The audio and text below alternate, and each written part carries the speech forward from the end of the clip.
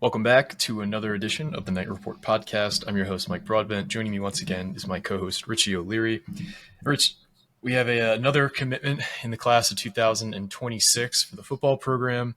A familiar name. He's somebody that seemed like was going to end up Rutgers way in the summertime and ended up committing to Louisville.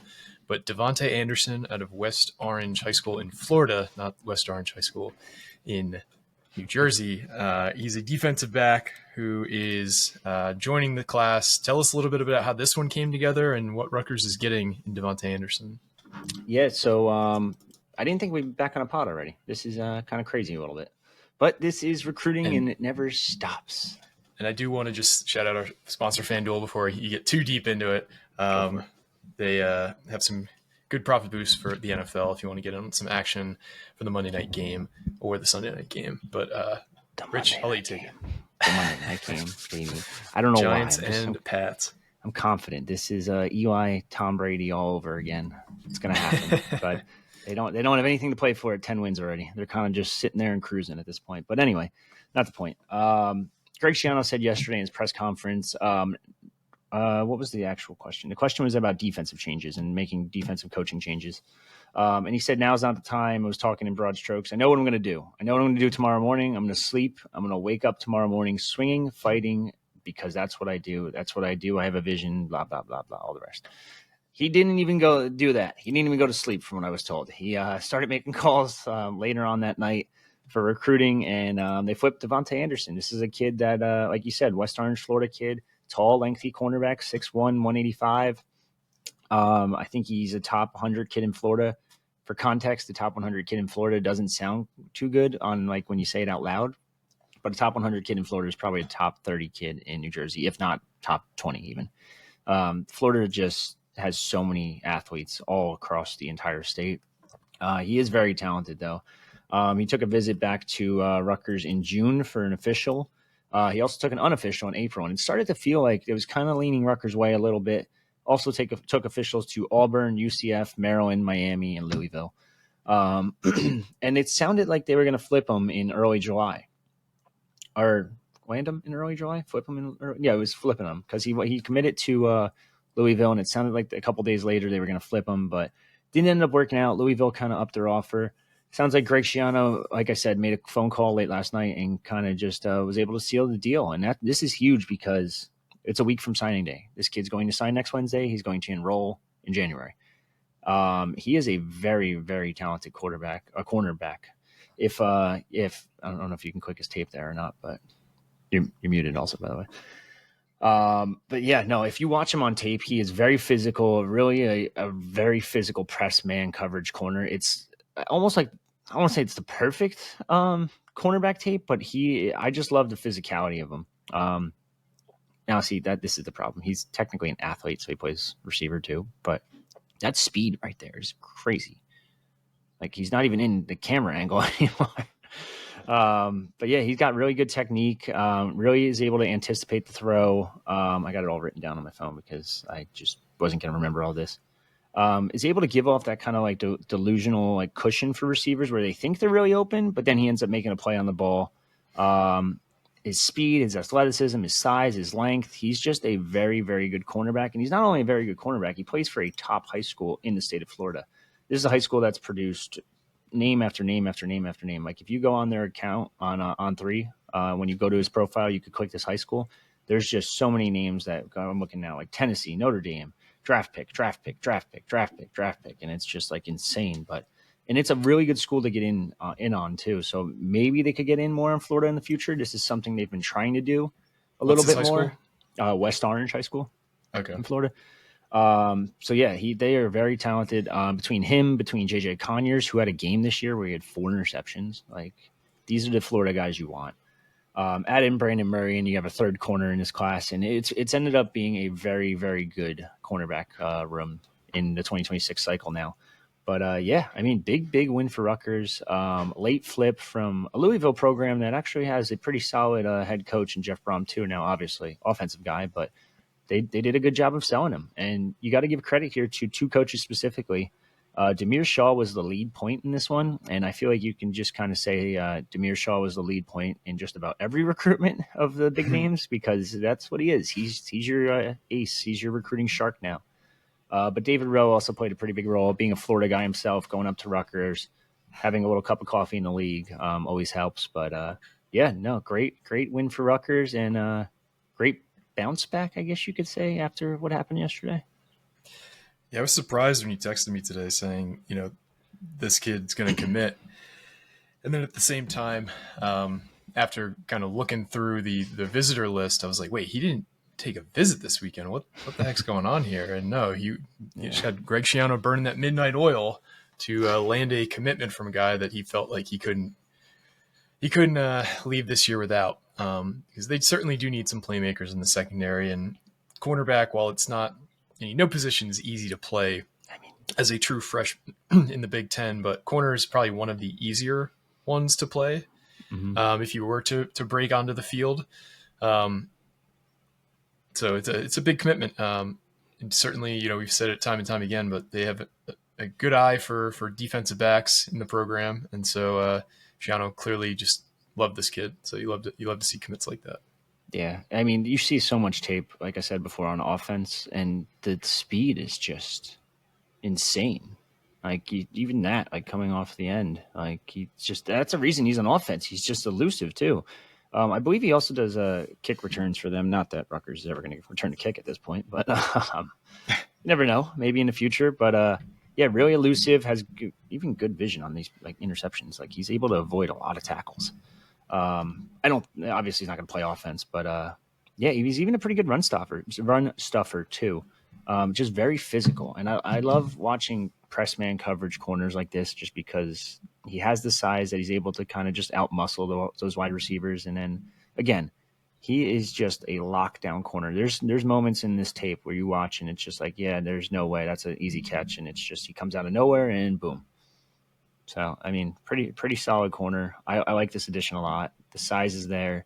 He could be a guy that could see the field early, potentially, depending on what they do in the portal, of course. But I love this addition, especially because it's so late in the process, too.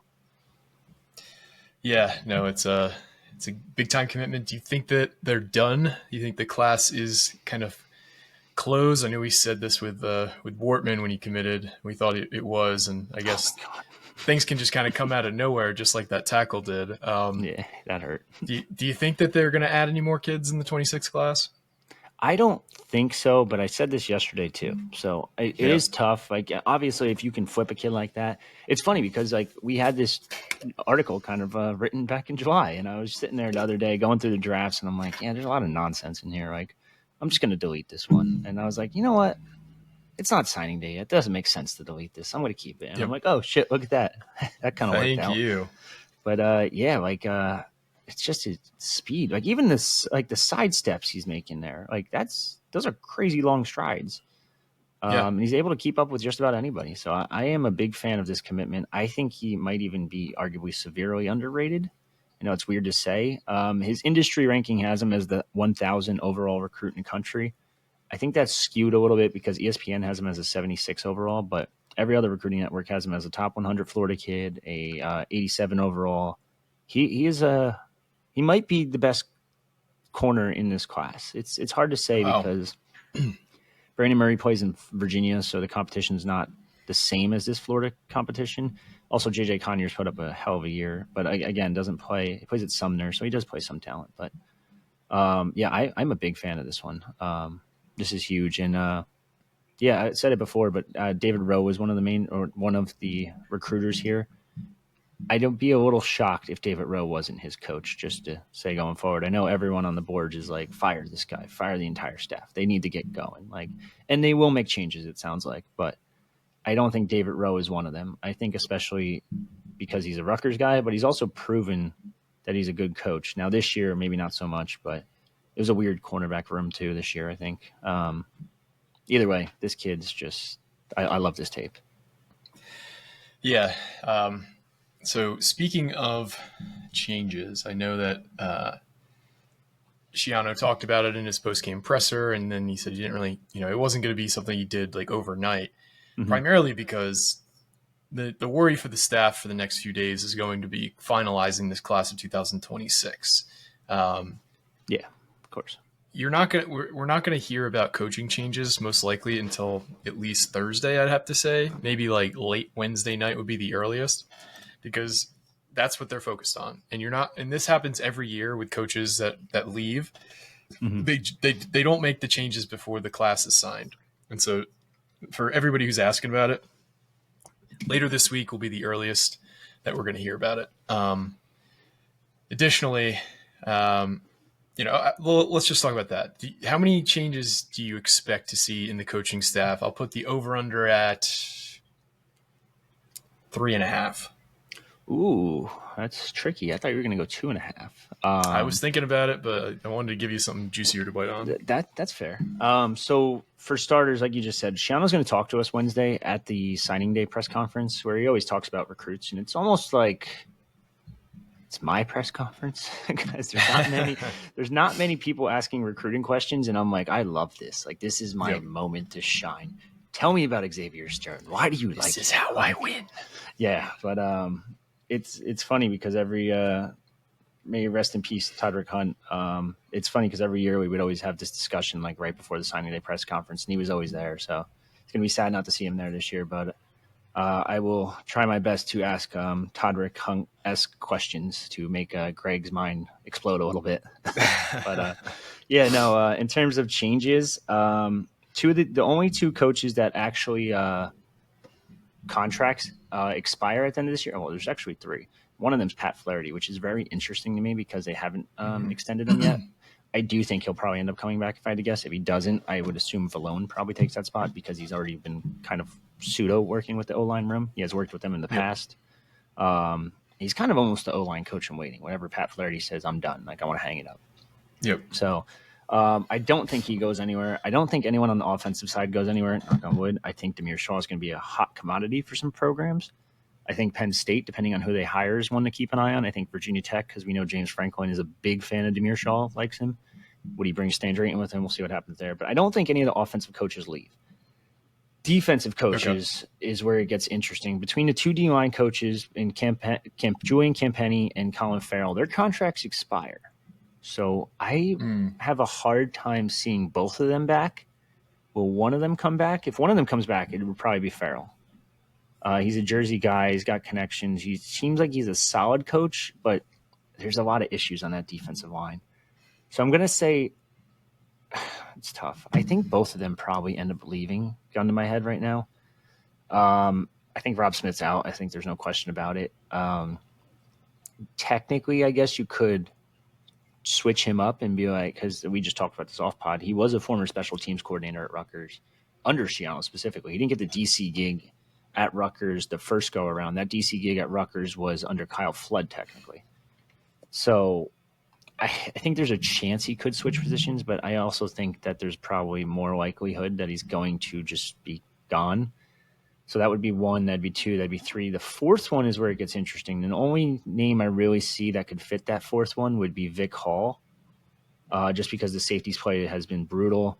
A new DC would ideally like to bring in a guy of his just to help understand the offense. Now, everyone talks about the linebacker playing it being awful and Zach Sparber being co-DC. Zach Sparber really didn't have to do much in terms of play calling. Like, he didn't have much to do with any of that. He was the linebackers coach. The co-DC title is more of just a title just for a reason why we're paying him so much, or why Rutgers is paying him so much. So I think he ends up staying because he still has 2 more years on his contract. So he's the lone wolf that actually got a 3-year deal instead of a 2-year deal. So I think he stays. So I'm going to say, damn, it's tough. I'm going to say over if I had to guess right now. And like I said, it'd probably be Campenny, Farrell, Hall, and Smith. But it's going to be close. It's going to be very interesting to see how it plays out. But again, you're not going to hear anything until the earliest, maybe Wednesday, because we talked to Shiano and there's a chance he could just announce it at the press conference. Sure. But I don't think he wants to do that. These press conferences usually start out with this is going to be about the recruiting class. It's their day. So we're going to talk about them. We don't want to talk about Rob Smith not being here anymore. So probably Thursday if I had to guess. And I know I've talked about this in the past, but just to kind of put a final eulogy on this defense this year. So Michigan Rutgers State just fired their head coach. They just fired Jonathan Smith, and I don't know if you saw this, but Josh Heupel is now apparently in the Penn State coaching job mix, and his the odds on Kalashi, whatever it is, he's now number one in terms of the odds to be the Penn State coach. But Rutgers made Big Ten history, allowing 509 yards on 54 plays against Penn State to finish the season, allowing 7.9 yards per play in Big Ten play, which is the worst since at least 2000, likely the worst in Big Ten history. Previously, the worst teams were tied at 7.3 yards per play, so Rutgers bested that by over a half a yard. I think the defense just totally needs for those of you watching, Rutgers was averaging 8.0 a few weeks ago, and they got it down to 7.9. So I guess that's progress, but just an all-time bad year for the defense, and we'll see how things go, because they certainly need an overhaul. Yeah, to be fair, I feel like someone on the Night Report wrote an article halfway through the season about why there's so many inexperienced coaches, and that's why the defense was kind of stinking. So it would make sense to get rid of a lot. And I think in part too, it's like, I think it's tough to like assign blame fully one way or another. Like part of it is certainly bad scheme, because, if you're asking players to do things they're incapable of doing because it's the way you call plays, or that's like how your scheme works, that's inherently a coaching problem. If you're asking linebackers to regularly drop back in coverage when they're too slow to cover Big Ten tight ends or Big Ten receivers if they get lined up improperly, that's on coaching. Now, because they're too slow to do certain things, or they're not strong enough to, regularly hold the edge for your defensive line, or to get penetration on Big Ten interior defensive linemen if you're, a defensive tackle, like that's also a personnel issue, because you don't have good enough players. But why don't you have good enough players? Part of it's certainly NIL, but part of it is bad evaluations by the coaching staff. So I feel like overall there is some of the blame to go to personnel, some of the blame to go to coaching. Overall, I think there's slightly more to go to coaching, because if you put players in positions to succeed, like we did towards the end of the season when Shiano was calling the plays on defense, and overall you didn't see as many massive mistakes on defense. You still saw some, more than you'd want, but I feel like you have to put players into positions to succeed, and we weren't really doing that all year. So, yeah. Obviously when Greg took it over, it looked a lot better, but even then there's still issues, like you said. Like some of the players, like, no, this is no offense to these guys, but those defensive tackles should not have been in the Big Ten. Like it was just brutal. The safety play, it was just extremely brutal at the beginning of the season. It got better over time, and you saw that. Like you saw Jet Eli actually making plays towards the end of the season, and it's like, oh, where was this guy all year long? And it goes back to coaching now. Yeah, Kaj Sanders looked a lot better as over the last quarter of the season. I know we gave him a lot of flack, but he made some strides down the end of the year, and it's just, I don't know. There's something about the off season when everything is like just kind of news dropping, and like allowing yourself to kind of imagine what a season would be like, not actually watching it. That's a little bit more fun, I guess, for me. I love it personally. Yeah. Like today's it's like Black Monday in the NFL when they fire all the head coaches. Like this is like Black Sunday for college football. Like this is just tragic. And then like you look at Michigan State, for example, just paid $33 million to get rid of Jonathan Smith in one season. And that's where it goes to show, like, I don't think now obviously Greg's at Rutgers for as long as Greg wants to be at Rutgers, but in terms of other coaches, like, I don't think Rutgers is afraid to pay the buyout. It's specifically like, we'll wait and see what happens, obviously, with other coaches. But, I think Adam Shaw is probably kicking himself a little bit at this point, right? I know he's a Michigan State alum, so maybe not as much, but not even going to know who the coach is. Actually, I take it back. Sounds like it might be Pat Fitzgerald. Really? Yeah, it's on Twitter right now. They're targeting him. whatever that I means. like that. That's a good one for him, I think. Yeah, he kind of fits the D'Antonio mold, and he's certainly going to be motivated. And anybody who can consistently win at Northwestern, definitely. I mean, Pat Fitzgerald, if there was a single, like, let's say that Greg Schiano decided to retire, I think the closest, like, plug and play type coach that fits what, that would be the most seamless fit into the Rutgers program that Schiano has built is Pat Fitzgerald. It's true. Now the only issue there is he's had 14 wins over the last 4 years with Northwestern. Yeah. Over his last 4 years at Northwestern. So it was a struggle towards the end. But, yeah, either way, Rutgers gets a good one. Devonte Anderson. Tamir Shaw's an ace recruiter, as we know. Nothing new there. Michigan State's players are going to be primed for the taking now, which will be interesting. Well, maybe, who knows, actually. Maybe Pat Fitzgerald will try to keep a lot of them. But we'll just have to wait and see. I know that there probably won't be an offensive lineman coming to Rutgers practice from Michigan State to say, wow, that's really hard. I don't want to go there. Yeah, probably not. Not this time around, at least. That was a funny one. But, yeah, that's pretty much it. Recruiting's next week. I'm sure we'll probably have a recruiting pod, right? I would assume. Yeah, let's do it. We're going to have a Wednesday class of 2026 review like we've done in the past. Those usually are one of our more popular episodes of the year. So get excited for that. It's a lot of talking by Richie on those. He make sure he drinks his tea and has and he doesn't get sick before then. But that's all we got for you guys. I want to thank everybody who joined us yesterday. I still feel like absolute crap from just screaming in 40-degree weather for 3 hours straight, after a day full of tailgating too. So I'm going to spend the rest of my day just rotting on the couch. Yeah, I unfortunately have to go get a Christmas tree. So, well, I shouldn't say unfortunately. And if you don't get a real tree, it's not actually Christmas. Let's just say that. But if you haven't already, still going on today, Sunday, going on Monday, if you're listening to this, because it's Cyber Mondays, and that's going to be the last day for that deal. Sign up for the Night Report. It's 50% off right now for the entire year. You get everything and anything Rutgers related we're talking PFF grades and snap counts from yesterday still. There's a lot of talk about yesterday still, I should say. Just put together a little 3-2-1 story talking about 3 guys they have to keep, 2 positions they have to target, and then 1 decision that they have to make if they want to change an entire unit of this football team.